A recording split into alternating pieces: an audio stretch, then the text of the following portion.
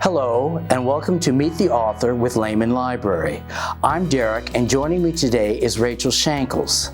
Rachel is a retired high school librarian of 43 years who grew up in Newport, Arkansas. Her hometown is reflected in her book, Mclean Street Gang, Stories of My Hometown, Newport, Arkansas, and her series, Triple S Farm Adventures, is near Lake DeGray. She's also president-elect and conference chair for the Arkansas Library Association and recently won the Francis P. Neal Award for Lifetime Achievement in Arkansas Library Services. She's here today to share with us her experiences as an author and to read a segment from Triple S Farm Adventures, Hawkie's in Trouble. Thank you for joining us today. It's an honor. Glad to be here today. All right. Why don't we begin by letting you take a little bit of time to tell the audience a little bit about your background, your history, your life? Well, I'm from Newport, which is up by Jonesboro, and I loved to write all through school, had wonderful teachers, and started writing stories about my childhood, funny stories I could remember many years ago. And someone finally talked me into publishing a book about those stories, and that's the Mclean Street Gang book. And that was kind of my bucket list thing. I taught school for so many years and absolutely loved it, being an English teacher and then a librarian. And then I went to work for UCA for about the last 7 years, teaching the graduate students in library science. And my grandkids started coming to the farm when I moved there after retirement. And they would just pick up things like a feather and start making up stories. And as we walked through the farm, the stories got more complicated. My grandchildren are Blair and Ben Hutto from Damascus, so they're always listed as my co-authors. And they just came up with fabulous ideas for mysteries. And when I would put them to bed, I would write up as much as I could remember about their stories. And many years after that, they asked me when I was going to publish their stories. So I finally started working on finding a publisher and publishing them after a few years. And they've done real well. And the grandkids now are 16 and 14, but they still make up stories when they come to the farm. So they have the germ of an idea now to write a story about a little Caddo Indian boy that could possibly have been on the farm. And we talk about how they're going to work it into the story and what the main activities will be. And they want to be camping, and the little Indian boy comes up to them in a dream. So they work out all the details like that. And, you know, sometimes we argue over things like the second book, Hootie to the Rescue, has a bunch of skunks that have invaded the farm. And Grandpa helps us with the plots too. So he said, we're just going to shoot them. And the kid said, oh, no, these are for little kids. You can't shoot the animals. So we had to go to plan B and have Hawkie and Hootie usher them off of the farm using their talons. Yes. Okay. All right. Well, I found these stories, they look like to me, and I'm not an educator, but they seem to me to be more like on maybe a third grade level because the amount of text that's involved. Would that be maybe an appropriate age level, you think? Well, they are read-alouds for 5, 6, and 7-year-olds. Okay. That age could probably read it to themselves. The vocabulary, I always stop and explain. Keywords, like varmint and habitat, because we talk about that as a prelude to introducing the stories. I always talk a lot about the habitat of the hawk and the owl.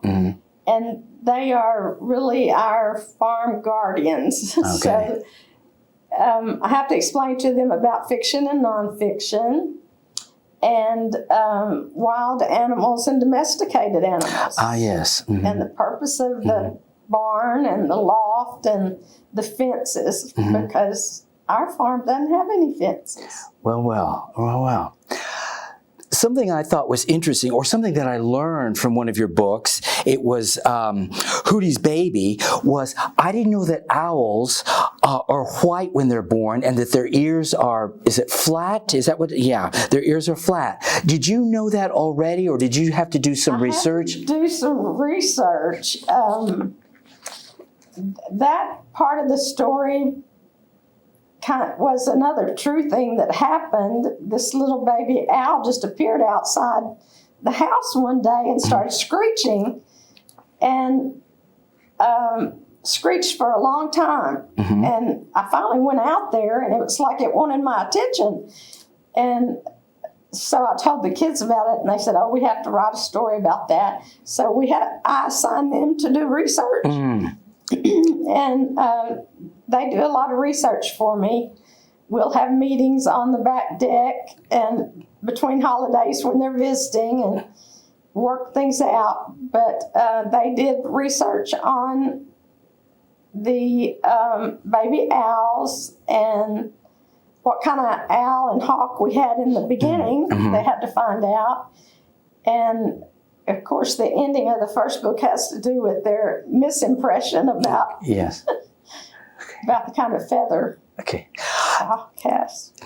That brings up something I also wanted to ask you. In Hawkie's in Trouble, you've got feathers in the book, and I was just wondering, were they painted to look like a buzzard's feather? Because I don't know enough about birds to know. Did the artists who do this, did you verify that, were they supposed to look like buzzard's feathers? Yes. Okay, all right. Who do you get to do your illustrations? They're quite impressive. I work with Yorkshire Publishing out of Tulsa, and I have been fortunate to have the same artist for all three books. I requested the same one. And they asked me to take pictures of the farm where the activities are taking place. And then they draw the pictures, whoever it is. I don't really know the artist. Oh, okay. So I think it's a woman, and she's done a wonderful job caricaturing the kids, and I can tell her what I want on the cover, and she will put it together with elements from the stories, and I've been very satisfied with their work. Well, yes, because in many children's books, especially at a younger age, the illustrations are almost more important than the text, because many children, let's say 3 or 4, can't read. But I notice in these books, the text is just as important, as because you can tell the children are learning to read. And I'm impressed with just how much text there is, and that almost at times the pictures are not as important because you get so engrossed in the stories. Yes, okay, yes. And sometimes as I wrote them and edited the stories, I didn't have the right picture to go with the right page, but it all worked out. And you're only allowed so many pictures for so many pages. Sure. So sometimes I would say, you're going to have to take that picture out, and we're going to have a new one because that one just doesn't fit. But the text is predominant, and that's why I really call them read-alouds, because they would have to be 3rd or 4th grade to read them themselves. Okay, all right. And I have a vocabulary sheet that I give the teachers for the lower age kids and the upper age kids, and different activities that they can do according to their age. Whether it's, they like to do the raft writing, where they pick a character. We're talking about, what book will I write next? It needs to be a funny book. Ben and Blair want it to be funny. And what if a carnival truck had a flat in front of the farm, and one of the animals escaped. What animal would it be? Mm-hmm. You know, and they have to come up with animals and what would be said, what the plot would be, different things Mm-hmm. called raft riding. And then they do Venn diagrams, the older ones, comparing the habitat of the hawk and the owl, what they eat, what they look like, what they sound like, and how they're alike, too. Okay. So, All right. Well, I'm glad to hear that, because when I read the books, all three of them, and I mean this as a compliment, but I just thought, you're just telling a story. Some children's authors write stories, they've got to have a moral theme, or they're trying to answer a hurt or something like that, and that's quite all right. But when I read these stories, I thought, oh, it's just sheer storytelling. But now that I listen to you, you can apply that to, as you say, with the students, they can compare like owls and hawks and the educational aspects if teachers want to apply it. Right. So it does have more than just strictly just simply storytelling. Yes. that's why I start the lessons with the kids with all about farms in Arkansas, and have them name the kinds of farms they know about, because they might not know about the horse farms near Hot Springs. Okay. They might live in the part of the state that grows cotton or rice. Yes. Mm-hmm. And we talk about farms a lot and habitats, and I want it to be an educational experience. Okay. And our farm's quite different. So I tell them all about farms, and then I say, but our farm doesn't have any fences, and our animals aren't domesticated. They come out of the woods, and they get real quiet. You mentioned earlier that your publisher is in Tulsa. I'm just curious, because some of our viewers like to know the business side of being published. How did you pick, or why did you pick the publisher that you have, being that it's outside the state? And maybe if you could talk a little bit about the actual business side of publishing, it would encourage people who want to become authors. Right. It is a form of self-publishing. Yorkshire takes over all of the hard work for you. I'm terrible at math, and I didn't want to measure margins and do word counts and page counts, so I paid them to do all of that for me. And the books are print on demand at Amazon mainly. And I found the publisher through a friend who had published many books, a pretty famous Arkansas author, and trusted them, talked to them a long time and trusted them. And after the first book, I was convinced that that's well worth the money. Because I didn't start writing books to make money. It's not something that I wanted to make a career. I wanted the kids, my grandkids, to have the experience to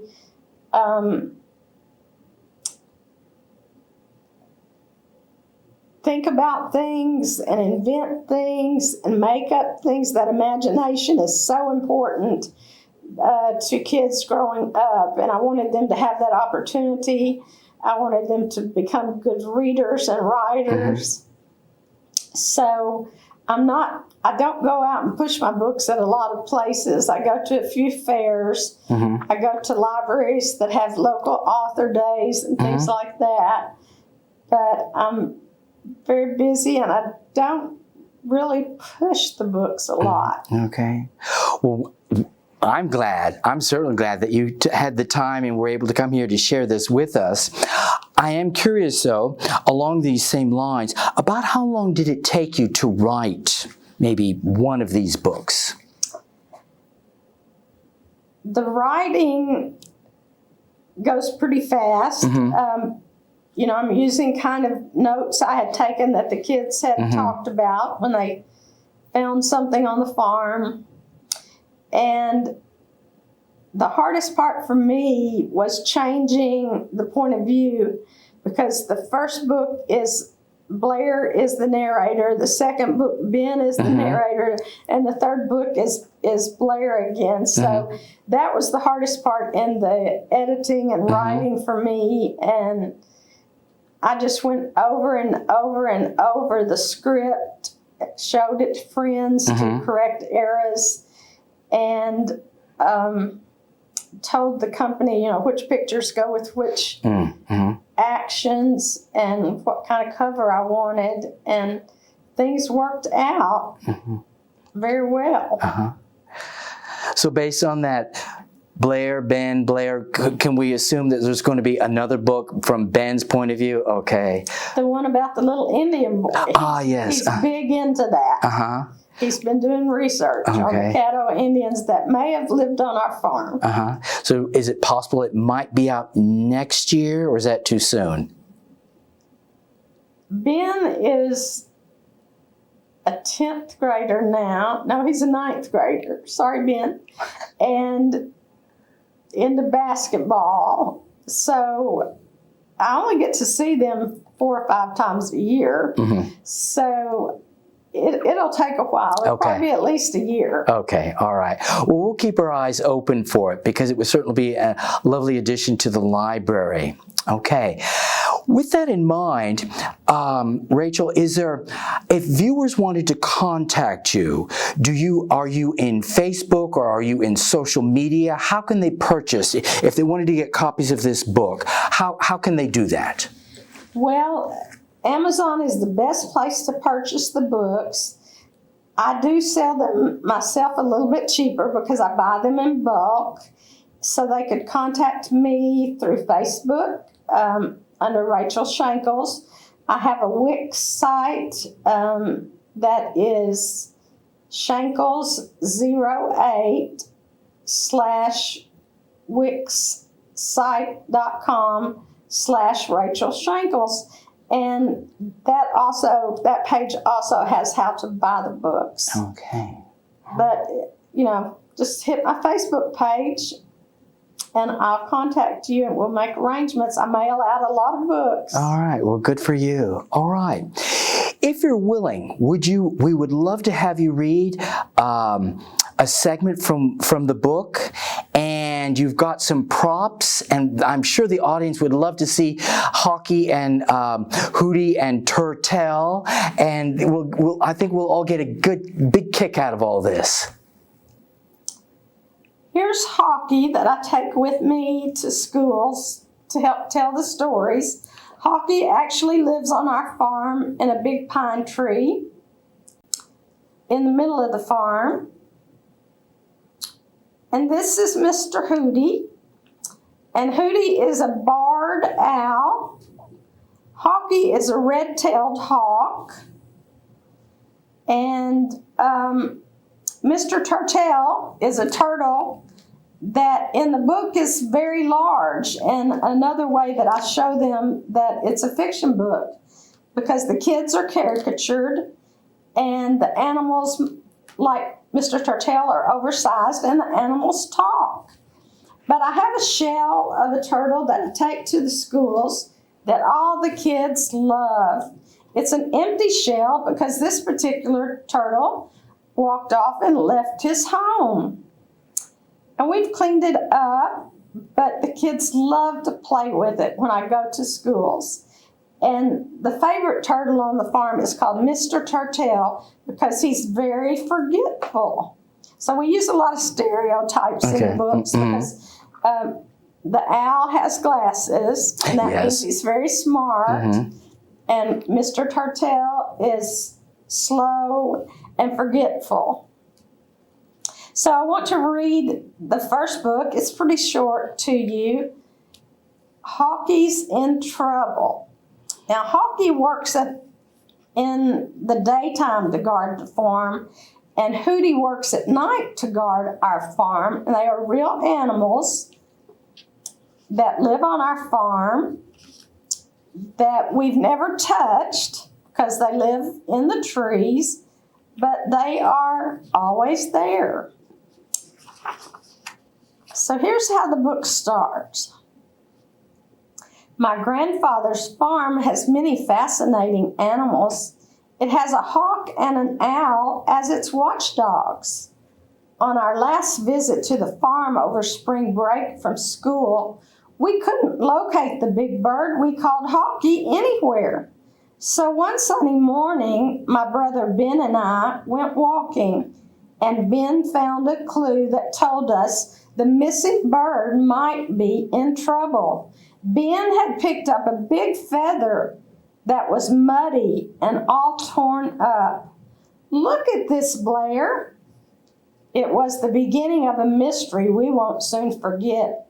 The mystery deepened when other clues just kept leading us to the conclusion that Hawkie was in really big trouble. Grandpa had always told us that Hawkie kept all the little varmints, including snakes, away because he could use his eagle eyes from high in the sky to see the critters in the grass of the pasture, then dive down to catch them in his claws and carry them far away. On our walk, Ben walked up the hill behind the big red barn and found another torn up feather lying by the old sawmill. We were both afraid that something had attacked our big hawk. A few more steps and I found a feather broken in half in the leaves this side of the pond. Blair, I don't know what to do, but I'm afraid for our Hawkie. He's our guardian. We put our thinking caps on and decided Hootie might help us because owls are supposed to be very smart. And we ran over to the tree where the friendly owl always perched to watch over Grandpa's Triple S farm. Hootie, have you seen Hawkie? I think he's in trouble because something has torn up some of his feathers, and we found 3 of them. Ben hollered to the sleeping creature. No, responded Hootie, turning his head. But I did spot a feather just north of the pecan tree over there by the creek. Don't know if it's his or not. Now remember, Ben and Blair, I just work nights, and Hawkie's on duty during the daytime. Then Hootie closed his eyes again, and Ben whispered, how that bird stays on that branch when he's sound asleep beats me. Very nice. If we don't have time, but nonetheless, you get the audience gets the idea of what the story is, and we'll encourage them to go out and check the library book out or to buy a copy so they can find out what happens to Hawkie and Hootie. Yes. It has a surprise ending. Yes, it does. All right. Well, thank you, Rachel, for being here. It's been a delight. It really has. And meeting the characters and learning a little bit more about your writing and where you get your ideas and that sort of thing. Yes. I have enjoyed it. Thank you very much for inviting me. You're welcome. Well, thank you for joining us today. It has been a pleasure. If you're interested in reading more from Ms. Shankles, please visit us at the library or find us online at our website, lehmanlibrary.org. Activity booklets for Triple S Farm Adventures are available in the children's department. Her books are also available on Amazon, Barnes & Noble, or Books A Million. Please join us again next time. Have a great day, everyone.